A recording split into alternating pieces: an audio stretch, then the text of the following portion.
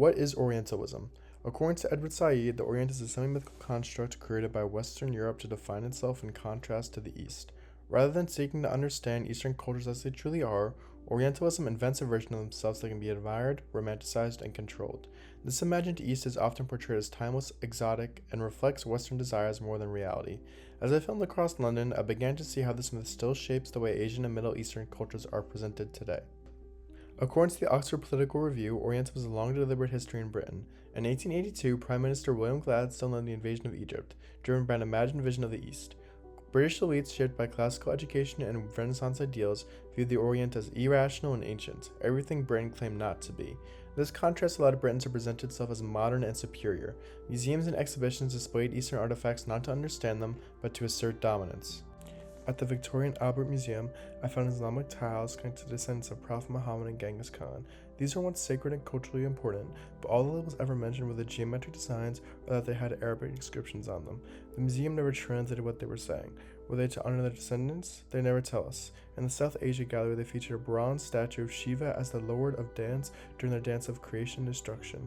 While they mention the name of the dance, the rest of the label highlights the beauty and dynamics of the statue, stripping the significance of Shiva's dance in Hinduism and Asian religion.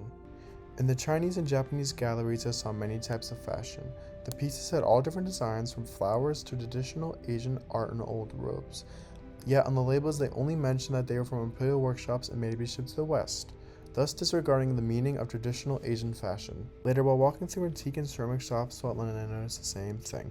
There are rows of Asian ceramics piled up against random objects like Buddha statues, Hindu deities, and Japanese prints without explanation.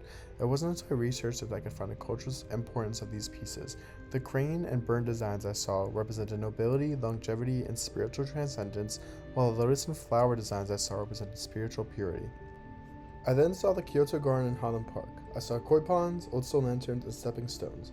This garden was inspired by a Japanese tradition, yet nowhere did I see the cultural significance or symbolism of these features mentioned. This reminds me of Japanese, the 19th century fascination of Japanese aesthetics. During this time, Japanese prints, ceramics, and architecture were widely copied across Europe. Artists and designers idealize their form but often ignore their meaning. The Kyoto Garden continues its part, providing peace without education and performs Japanese identity without presenting it. The environment itself reflects an imagined Japan made for Western enjoyment. It is an imagination that fits into the Western construct of the East.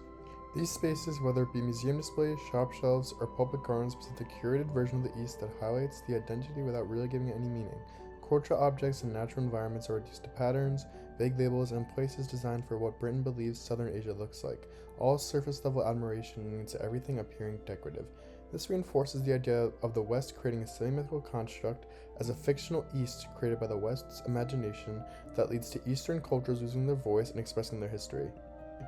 Edward Said warned that the power to display is also the power to define. This same power can be seen all throughout London today. London preserves culture, but oftentimes doesn't respect it. I believe to truly honor these cultures, we need to do more than make basic observations. We have to ask what these objects and places really mean. The Orient isn't some myth, but something real that we have to respect.